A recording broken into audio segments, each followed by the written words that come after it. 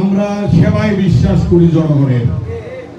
BNP জনগণের দল, বিএনপিকে জনগণ ভালোবাসে, বিএনপিকে জনগণ বারবার ভোট দিয়ে ক্ষমতায় আনে, বিএনপি জনগণের পাশে দাঁড়ায়, সুখে দুঃখে সব সময় বিএনপি জনগণের পাশে আছে।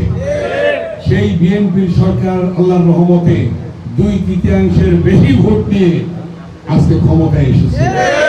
অতএব আমাদের দায়িত্ব, আপনাদের দায়িত্ব, সকলের কর্তব্য জনগণের সেবা করা, জনগণের পাশে দাঁড়ানো।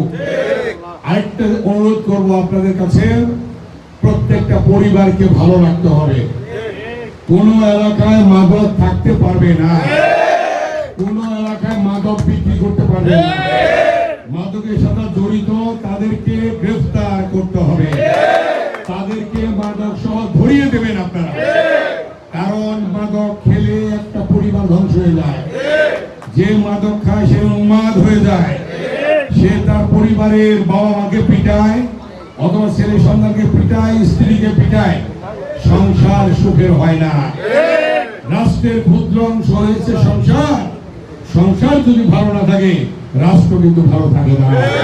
তাই আপনার প্রতিটি সংসার ভালো রাখার জন্য আপনারা সচেষ্ট থাকবেন, খেয়াল রাখবেন, নিজের পরিবারে যেন কেউ না খায় এবং অন্যরা যেন কেউ না খায়।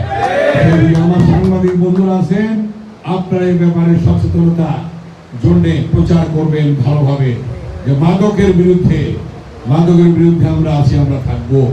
মাননীয় প্রধানমন্ত্রী তারেক রহমান নতুন বিল এনেছেন, মাদক যারা খাবে, বিক্রি করবে, যাদের কাছে পাওয়া যাবে সর্বোচ্চ শাস্তি পাবে। এই ব্যাপারে কোনো কনসিডার নাই। পরিবারকে বাঁচাইতে হবে, দেশকে বাঁচাইতে হবে, মানুষকে বাঁচাইতে হবে।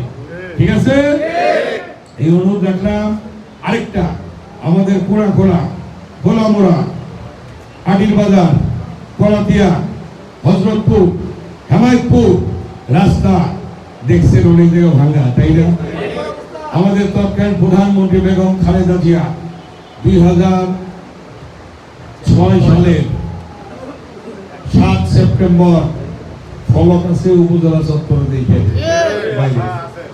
উনি এটা উদ্বোধন করেছেন। এই রাস্তাটা হেমায়তপুর পর্যন্ত, আরিচার পর্যন্ত